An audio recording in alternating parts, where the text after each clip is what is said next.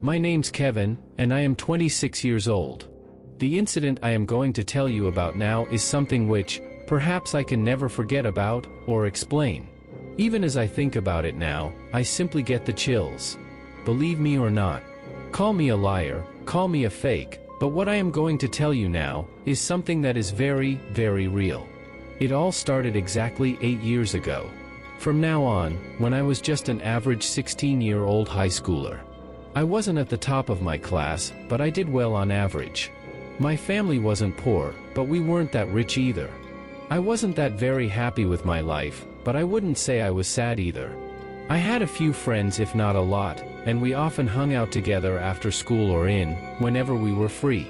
Things were pretty okay, and no matter what, I was content with my life. Out of all my friends, there was this one girl. I was close to it. We were best friends for years then. I remember we did all sorts of things together. Even in those times when no one else was with me, she was. She was that one person in my life, which I really could not compare to anyone else. She was really pretty and had a very positive and friendly personality, which made me like her even more. She was that one person I could tell everything to without worrying about anything, and she gladly listened and gave me help or advice when I needed it. I really could never thank her enough for what she did, even though I tried my best to be a great friend to her. Everything remained friendly between us until we started high school. That's when I started to develop feelings for her. I remember I had the hugest crush on her. I would blush madly even as if spoke, not sure if she ever noticed. And I could skip 3 classes in a row just so I could get to hang out with her. She was everything to me. I kept thinking about her all day every day.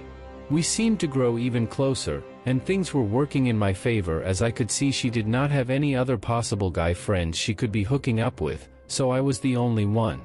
And I am pretty sure she was straight. There was something weird about her though. She owned an abnormal amount of dogs. I just figured she really liked pets, but it always made me curious though. I mean, how did all of those fit inside her home anyway? Whenever I asked her about it, she always shrugged it off and changed the topic. I guess she wasn't comfortable talking about it, and I didn't want to judge anyone for taking care of harmless animals, so I didn't pay much attention to it. But I never liked those dogs. Whenever I went to visit her, they always barked at me and attacked me, for literally no reason. I was just simply annoyed with that, and later I used to ask her to come meet me somewhere else because I was so sick of dealing with those fierce beasts. We kept going good until it happened. We were finally in college. As an 18-year-old young adult, I moved out of my parents' home and decided to live on my own. And as soon as I got my new home, I decided to throw a party with all my friends and enjoy myself for a while. Lots of my friends, acquaintances, and many others arrived and started to dance and drink as they partied to the rhythm of their hearts. I just played along with them and pretended to do the same, keeping them company, but I was waiting for her to arrive. You know who I mean. After about an hour late or so, I finally got a text from her which said that she was there and asked me to open the door. I grinned as I read the text, and excitedly rushed to the door and walked outside. There she was, parking her car, as she arrived on the spot. I gave her a soft smile and waved, telling her to come in. She smiled back, as she walked towards me, but there was something wrong with her. There was an unusually disgusting smell coming from her body, and she looked quite pale and different, and the smile she gave me was kind of creepy. This was usually not how she smiled, I could say for sure. But whatever, I figured she was just tired and I decided to forget about it and just enjoy the party. We were soon tired and exhausted, and we decided to end it for the night, but my best friend decided to stay longer with me, as we were just going to spend the rest of the night playing video games and watching movies. It was time for her to leave as well, and my best friend and I decided to bid everyone farewell, so we walked outside with them as they prepared to leave. I walked to her car, as she got in, to say goodbye to her, but then I noticed something, that smell. That very disgusting smell I got from her, it was coming from the car too. Just as she was about to drive away, she suddenly remembered she had forgotten her phone in my house, and got back out. She gave me an awkward laugh, and headed back into my house, to get what she had forgotten. Now I am aware touching others' things without permission was wrong, but I couldn't help it. I was curious. I had to see what was causing that smell. I noticed if anyone was looking, and quickly began to search inside her car, to see if I could find anything. But to my avail, I found nothing. I tried to convince myself that I was just probably hallucinating since I got drunk for the first time today, but I decided to give it one last shot. I slowly, yet quickly enough, opened the trunk of her car, and then, I couldn't even speak. What I saw haunts me to this day.